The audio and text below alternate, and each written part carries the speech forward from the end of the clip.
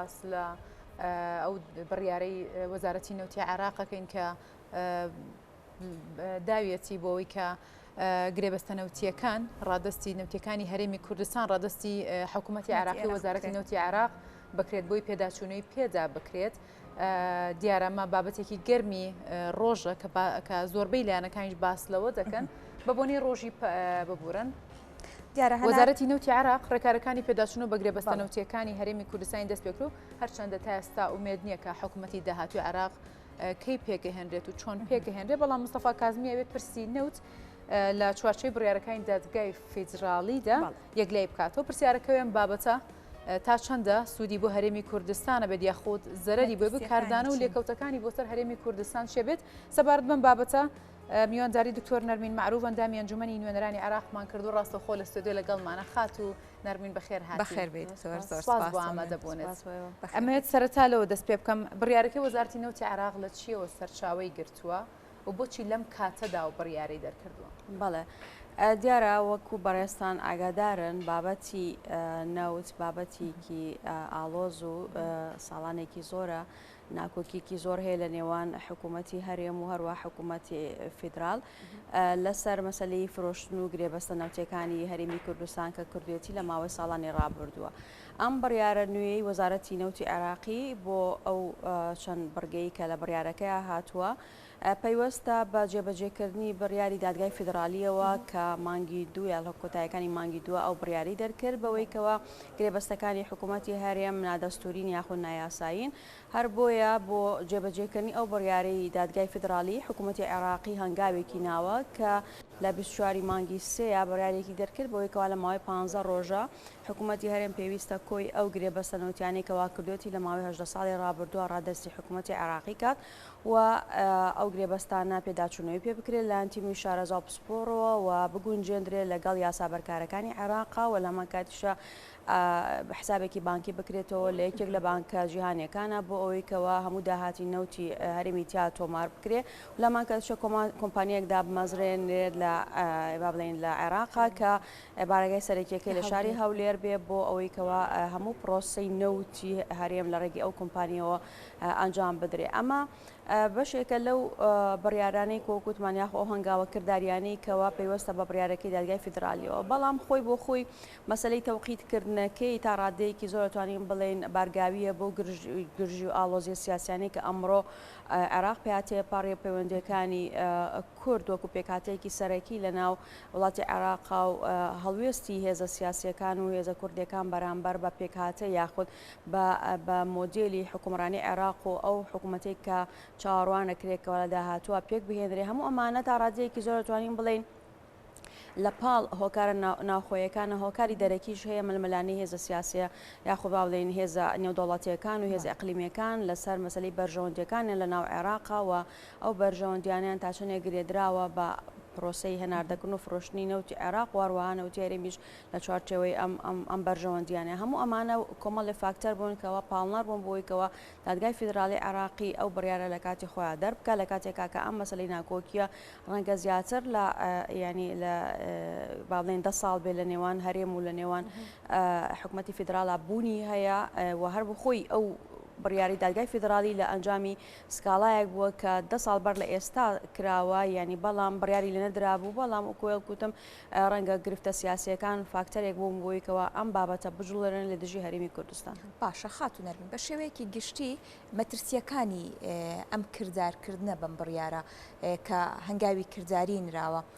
چ مەترسیەک بەجێ دەهێڵێت؟ خۆی بەڕاستیەکەی دوولایەنی هەیە ینی ئەم بڕیارە بەدیوێکە ئێمە وەکو کورد ڕەنگە بۆ ئێمە بڕیارێکی خوازراو نەبێ بەوەیکەوە ئێمە لە دوای ئەوەیکەوە بڕیاری ئابووری سەر بەخۆمانداوە بڕیاری ئەوماندا کە بەشێک بین لە نەخشەی جیهانی وزە بەوەیکەوە خۆمان بتوانین بە پێی دەستوری هەمیشەی عێراق کە مافی ئەوەی داوە هەرێمی کوردستان خۆی گرێبەستی نەوتی بکە و مامەڵە بە سامانی نەوت و گازی هەرێمی کوردستانەوە بکە. ئەمە تا ڕادەیەک جۆرێک لە پێگەی سیاسی و هەرێمایەتی هەرێمی کوردستان و حکوومەتەکەی بەهێزەکە و لە بەرژەوەندیەکانی هەرێمی کوردستان گرێدراوی بەرژەوەندی وڵاتە نیزەلهێز و وڵاتانی ئەو کۆمپانیانەی کە با بڵێن پشکی شێریان هەیە لە مەسلەی وەبەرهێنان لە کەرتی نەوت و وزەی عێراق هەرێمی کوردستانە ئەمانە خۆی بۆ خۆی بابەتێکی گرنگە بۆ ئێمەی کورد کە بتوانین خۆمان بڕیاردەر و بڕیارنووسی با بڵێن مافە ئابووری و شایستەکانی خۆمان بین بەم دیوە ئەمە با بڵێن ئەم بڕیارە بەدڵنیاییەوە بۆ خەڵکی کوردستان بابەتێکی خوازراو نییە لەبەرەوەی کە جارێکی تر هەژمونی حکوومەتی ناوەند و دەسەڵاتەکانی بەسەر هەرێمی کوردستان زیا ئەکات و ئەگەری وەیە لە داهاتووە ئەگەر بێت و ئەم بڕیارە جێبەجێ بکرێت و بۆیان بچێتە سەر ئەگەری وەیە لە داهاتووە بڕیاری لەوە قورستریش لە دژی هەرێمی کوردستان بدرێت و جارێکی تر سامان و با بڵێن هەموو دەرامەتەکانی هەرێمی کوردستان بکرێتەوە ژێر ڕکێف و ئارزووی حکوومەتی ناوەند و ئەویش هاوشێوەی سە ساڵی ڕابردوو کە بە مەمرۆمەژی خەڵکی کوردستانی بەخێو کردووە یاخۆت خزمەتگوزاری و بەرهێنانی کردووە بەمانەوە ئاراستەیە بێت و خەڵکی کوردستان بێبەش بنجارێکی کە لە دەرامەت و سامانەکانی ئەم نیشتیمانە بەدیوێکی ترە ئێمە ئەگەر بێت و واقعیانە سەیری بکەین بەڕاستی ئێمە وەکو کورد لە ماوەی ئەم چەند ساڵی ڕابردووە بەتایبەتی لە دوای 2014ەوە وێڕە ئەوەی کەەوە وڵاتەکەمان هەرێمەکەمان دەوڵەمەندە بە چەندین کانزای سروشتی کە ئەمە بەرهەمێکی خی گەورەیە بەخشیوێتی بەم وڵاتی ئێمە بەڵام ئێمە وەکو پێویست نەماتوانی وەسیودی وەربگرین یعنی ئەمە ماینی گەرانیەکی زۆرە ڕەنگە زۆرێکیش لە هاوڵاتیان ئێستا بڵێن یاخود خۆشحاڵ بن بڵێن کە ئێمە خۆمان و کورد ئیسوادەمان لەو نەوتە نەکردووە با بەغدا تەحکومی پێوە بکە ئەمە خۆی بەڕاستی نیگەرانیکی زۆری خەڵکی کوردستانە کە بە تایبەتی لەم چەند ساڵێ ڕابردووە و دقیق لەم چەند مانگی ڕابردووە کە ئێمە بە ئاشکرا بینین نرخی نەوتی خەو لە بازارەکانی جیهانە زۆر زیادی کردووە ئەمەش بۆتە خێروبێرێک بۆ زۆربەی وڵاتانی فرۆشیاری نەو دەگەر نەڵین هەر هەمووی لەبەرەوەی کە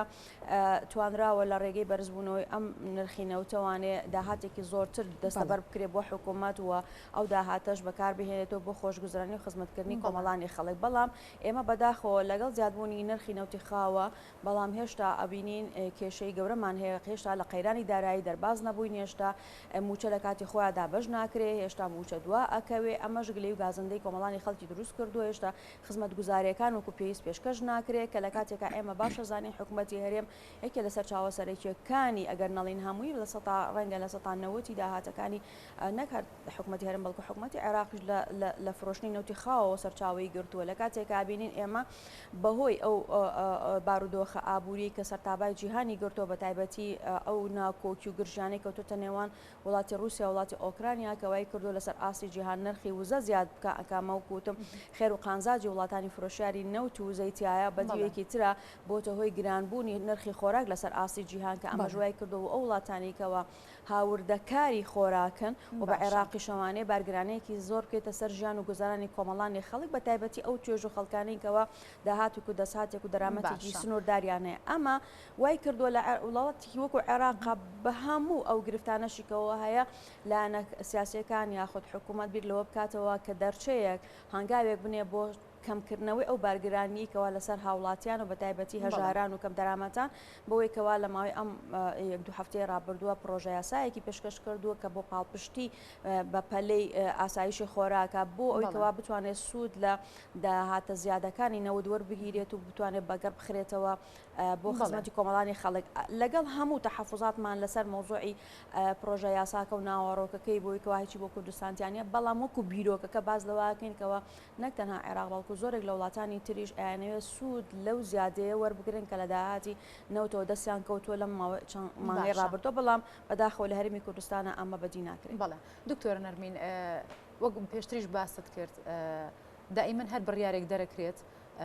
زەرمەندی یەکەم لێرەدا هاوڵاتیانی هەرێمی کوردستانن ئێستاژم بڕیارانی کە دادگای فدرالی ئەیسەپێنێ بەسەر هەرێمی کوردستانە و پێشتیش باستە کردوتێکە ئێمە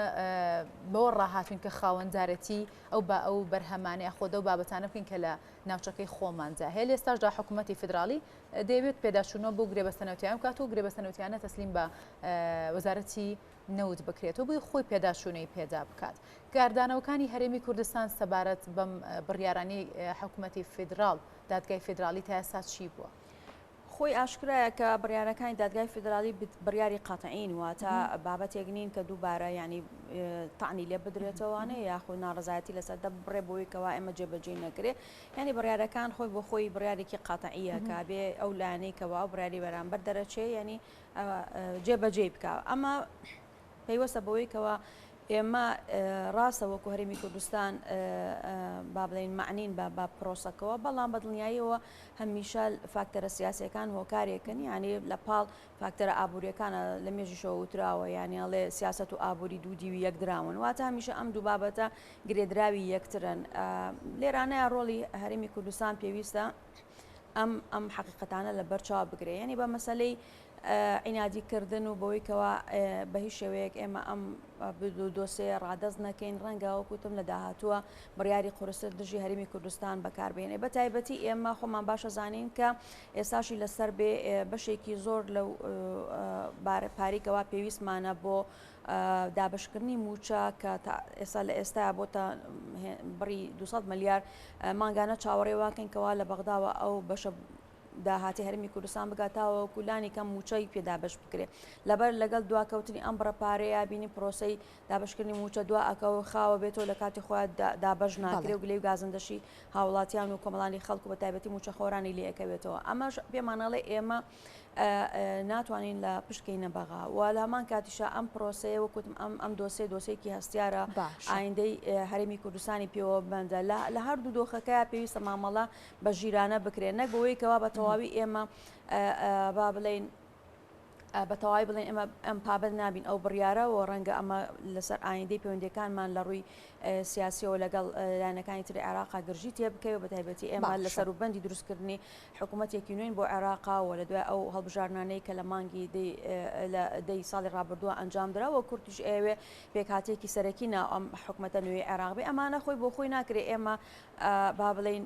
بە شێوەیەکی دژ لەگەڵ ئەم پرۆسایە ینی مامەڵە بکەین لە دیوێکی پێشەوانە ناکرێت ئێمە تەواوی دۆسی نەوتی خۆمان ڕادستی هەموو ئەوەی کە هەمانونیمان ڕادستی حکوومەتی عێراقی بکەین و خۆمان وەکو تەماشاکارێک سەیری ئەو پرۆسەیە بکەین چونکە ئەو پرۆسەیەکی ئالۆزە و ڕەنگە تەبیعاتی یاسایی لەسەر دروست بێ لە بینی هەریم و لە بینی ئەو کۆمپانیانەی کەەوە پشکیان هەیە لە ناو با بڵین ئەو بیرە نەوتیانەی یاخود ئەو کێلگەنەوتیانەیەکەوە و بەرێنانی تیاکرێ لەبەرەوە ئەمە ناکرێ ئێمە لە بۆ ڕازیکردنی حکوومەتی فیدرال بینین هەموو پرۆسەکە ڕوبەڕووی مەترسی بکەینەوە لامان کاتیشە ناکرێ بە تەواوی بڕیارەکەی دادگای فیدرالی پشتگوێ بخەین لەبەرەوە مەسلەی وتووێژ زۆ گرنگە پێویستە حکوومەتی هاریان بە ژیرانە لەم پرۆسەیە ینی ڕۆڵ ببینێ و لە ڕێگەی گفتوگۆ دانوستانەوانێ ڕێکەوتنێ بکە لەگەڵ حکوومەتی عێراقیە چونکە یەک حقیقەتەوە بەدەستور ئەو مافێمان پێدراوە بەڵام ڕەنگە بەشێکی ئەم پرۆسەیە ناشەفافیەکی پێوە دیار بێ یاخود ناڕوونیەکی دیار بێ ئەکرێ ئەمانە ئەم بەڵگە دوکمنتانە لەگەڵ حکوومەتی ناوەندا تاوتوێ بکرێتەوەکو ئێمە بە کەمترین زیان لەم پرۆسە دەبچین باشە پێش ئەوەی با بڵین کە هەنگاو ئەندرێ بۆ توێش دیاراگەر بێت و هەرێمی کوردستان پابند بێ بەم بڕیاری دادگای فیدرالیەوە لێستادا بەشێک لە کۆمپانیەکان لەگەڵ هەرێمی کوردستانە گرێ بەستیان هەیە ئەگەر بێت و پابند بێت بەم بڕیاری دادگای فیدرالیەوە چارەنووسی هەرێمی کوردستان یاخود چارەنووسی و گرێبەستانە تا چەندە بە زیان بۆ هەرێمی کوردستان و بە تایبەتر لە ڕووی ئابووری دەشتێتەوە خۆی با بڵین لە بڕیارەکەی حکوومەتی عێراقیا هاتووە کە ینی ئەوان ئەیانەوێ ئەم گرێبەستانە بەجێر لە جۆرەکان بگونجێنن لەگەڵ یاسا بەرکارەکانی عێراقا واتە بە ئەمە ئاماژێکی ناڕاستەوە خۆی بەوەیکەوە مافی ئەو کۆمپانیانە بەشێک لە شێوەکان پارێزراوە بێت چونکە ینی بەشێکی زۆری ئەو کۆمپانیانە لە ناو عێراقیشە یعنی نەک تەنها لە هەرێما لە دەروی هەرێمیش و بەرهێنانیان هەیە و بەرژەوەندیان هەیە بەڵام ئەمە ئەوە ناگەێنێ ئێمە ینی تەنها چاومان لەوە بێکەوە مافی کۆمپانیا بیانیەکان پارێزرابێ لە پێشتر ئەوەیە مافی خۆمان پارێزرابێ وەکوتم ئێمە بە دەستور مافی ئەومان پێدراوە کە وە بەرهێنان بکەین و نەوتی و سامانی وزەی کانزایەکانی خۆمان بەگەڕ بخێن و بەرهێنانیان تیا بکەین و بیان فرۆشین ئەمە مافێکی دەستوری خەڵکی کوردستانە بەڵام ئەمە مافێکی دەستوریە بۆچی حکوومەتی عێراق بەم شێوەیە ئێستا کردوێتی بە بیانوێ کە باز لەوە دەکات ئەمە دەستوری نییە بۆکو وتم بابەتە ئابوووریەکان هەمیشە گرێدراوی بابەتە سیاسەکانە ڕەنگە ئەو بارودۆخە گرژەیەکەوە ئەمڕۆ هەیە لەسەر تاپای عێراقا و هەڵوێستی لاەنە سیاسەکان لە پێکهێنانی حکوومەت لە ئەو حکوومەتی نوێ عێراق و ئەو ڕێکەوتنانەی یاخود ئەو تەحالوفاتانەی کە دروست دەکرێت لە ناو ئەنجومەنی نوێنەرانی عێراق ئەمە هۆکارێک بووبێ بۆیکەوە هەندێک لایەنی سیاسی لە عێراقا باڵادەست بتوانن کەەوە ئەم دۆسەیە بجوڵێنن لە دژی هەرێمی کوردستان وەکوتم تەنها هۆکارە ناوخۆیەکانیش فاکتەر نین بەڵکو هۆکاری تریشەیە کە هۆکاری دەرەکین و بەرژەوەندی وڵاتە زلهێزەکان و بەتایبەتی وڵاتانی رووسیا و ئەمریکا کە ئەمانە دوو وڵاتی زلهێزی جیهانن و هەردووکیان بەرژەوەندی و مەساڵحیان هەیە لە ناو عێراقا و ئەو بەرژەوەندیانیان دابەش بووە لە بینی هەرێم و لە بینی ناوچەکانی دەرەوەی هەرێماوە لەمان کاتشە وڵاتانی ئیقلیمی و ئەو مووقفانێکەوە هەیەە چوەکو عێراق چوەکو هەرێم لەو گرژانێکەوە هەیە لەسەر لە بابلین لە ناوچەکەی هەمومانە هۆکارن بۆیکە بە شێوەی لە شێوەکان پاڵنەر بن بۆیکەوە ئەم دۆسێ لە دژی هەرێمی کوردستان بجوڵێنرێت خاتو نەرمین باس لەوە هاوکارم باسی لەوە کرد ئەگەر بێت و پابند بێت هەرێمی کوردستان بەو بڕیارەوە لە کاتێکا ئەگەر پابند نەبێت بەو بڕیارەوە و گرێبەستە نەوتەکانی هەرێم ڕادستی حکوومەتی عراقی نەکات تا چەند ئەگەری بڕینی 200 ملیارەکەی کە بۆ موچەی هەرێمی کوردستان تەرخانەکرێت و ئەینێرێت تا چەند بڕینی و 200 میلیارد دینارە ئەگەرێکی بەهێزە بێت. خۆی بەداخەوە مەسەلەکە تەنها ینی هەرچەنە ینی ئێمە هەموو شایستە و مافەکانمان لە عێراقەوای لێ هاتۆ چڕبۆتەوە یاخۆڵ کورکراوەتەوە لە 200 ملیارە کە ئەمە تەواوی مافەکانی خەڵکی کوردستان نییە لەو داهاتوو ساڵانەی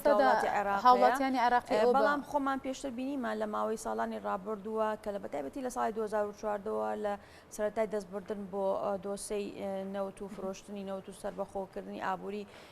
هەرێمی کوردستان کە ئەمە بۆ مایی گرژ و ئاڵۆزی لەگەڵ لایەنەکانی تری عێراق حکوومەتی عێراق وای کردکەوە بەشە بوجەکەی هەرێمی کوردستان کە بە لە 170 تا ئەو ساڵانە ئەم بەشە بوجیان بڕی و هەرێمی کوردستان ڕوبەروی قەیرانێکی دارایی سەخت بووە کە لە دەرەنجامە حکوومەت نەیەتوانی موچە و کرێی فەرمانبەرانی خۆشی دابشکا و پاشەکەوتی موچە و لێبڕینی موچە و دواکەوتنی موچە و پێنەدانی موچە ئەمانە هەمووی بەشێک لە شێوازی سیستمی دابشکردنی شایستە داراییەکان و مافەکانی هاوڵاتیان کە ئەمە خۆی بۆ خۆی زیانێکی گەورەی بە ئابووری هەرێمی کوردستان و بە بژێ و دەرامەتی کۆمەڵانی خەڵکی کوردستانیا بۆی زیادبوونی ڕێژەی هەژاری و بێکاری لە هەرێمی کوردستانە سەرباری ئەو هەموو دەوڵەمەندی و سامانەی کەوا هەمانە کەواتە حکوومەتی فیدرال بەرامبەر ئەو پابەندەبوونانەی کەوا هەرێمی کوردستان ئەگەریەوەیەکەوە بیکە بەدڵنیاییەوە کارتی فشاری ترمان لە دژ بەکارهێنرێ ئەمە کووتمان ئیکیان لەوانەوەیەکەوە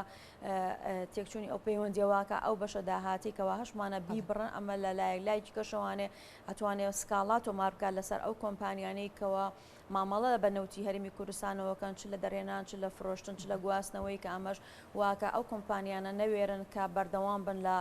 مامەڵەکانیان لەگەڵ حکوومەتی هەرێما لە ترسی ئەوەیەوە لە دادگانی و دەوڵەتەکان سکاڵان لەسەر تۆمارەکرێت و ڕەنگە قەرەبوو بن بە حکوومەتی عێراقی ئەمەش خۆی بۆ خۆی کێشەیەکی ترە کە وا کاتکەوە هەرێمی کوردستان و استثماراتیە جەزاب نەبێ بۆ ئەو کۆمپانیانە یاخود پشکنەوەیکەوە ئەوە بەرهێنان بکەن لە ناو کەرتی وزە و سامانی سروشتی هەرێمی کوردستان لەبەرەوە وەکوتم ئەم دۆسەیەکی ئاڵۆزە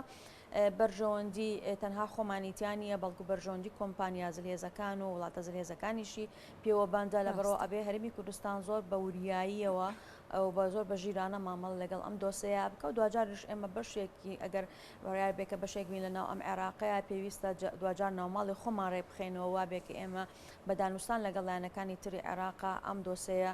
سەر پێ بخێن نەک بۆیکەوە بە عینادی سیاسی بمانەوێ گرەوە کە بەرینەوە. باشە دکتۆر جگەلەوەی ئەم بڕیارە کاریگەری دەبێت لەسەر با بڵێن ناوەندی بڕیاردان بە شێوەیەکی گشتی کاریگەری لەسەر ئابووری سربەخۆی هەرێمی کوردستانیش جێ دەهێڵێت و لە هەمان کاتیش داوا دەکات کە بڕیاردان لە هەرێمی کوردستان بۆ ئابووری سربەخۆ لە دەستی خۆی دادن نەبێت ئەم بڕیارە و جێبەجێکردنی ئەم بڕیارە خۆت ئەگەر حکومەتی هەرێم پابند بێ بەم بڕیارەوە بۆ ئابووری سربەخۆی هەرێمی کوردستان چ کاریگەریەک جێ دەهێڵێت؟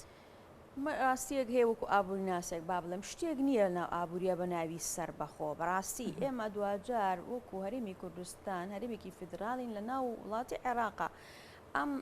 هەرێمەی ئێمە ئەگەر بێت و سیرکەین چ لە ڕووی بازرگانیەوە هەر باسادەترین نمونیان بینینەوە ئەو دراوی کە مامەڵی پێوەکەین دراوی دیناری عێراقیە یعنی کەواتە ئێمە محکومین بە هەمان ئەو دراوی کە لە بەسڕ هەتاوە کوزاخۆ بەکارێنێ هەمان دراوە لە بەرەوە بەهای ئەم دراوە نرخی ئاڵوگۆڕی ئەم دراوە بەرامبەر بە دراوەکانی تر بە تایبەتی دۆلاری ئەمریکی ئێمەش پابندین پێوەی کاریگەریەکانی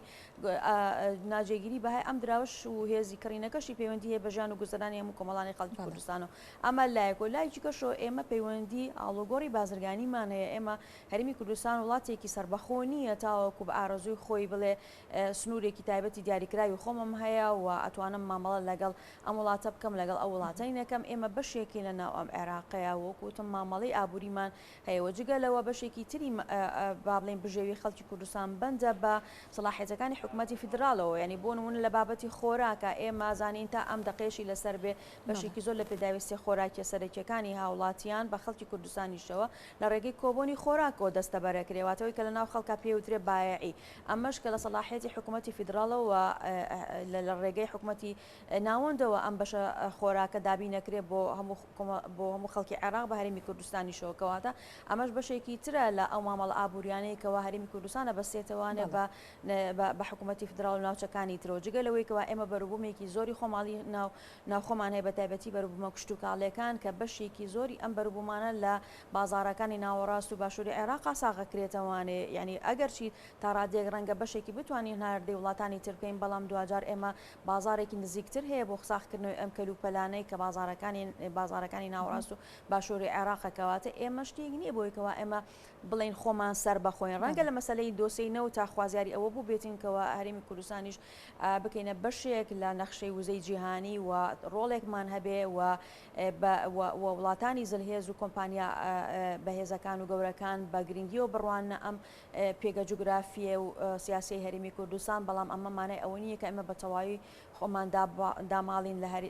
لە عێراق و بە تەواوی ئێمە پشتکەینە عێراق و بە دەلیلەوەیکەوە ئێمە لەو کاتی دەستمان بر بوو ئەم دۆسیە زۆر بە ئاسانی توانیان ئەوە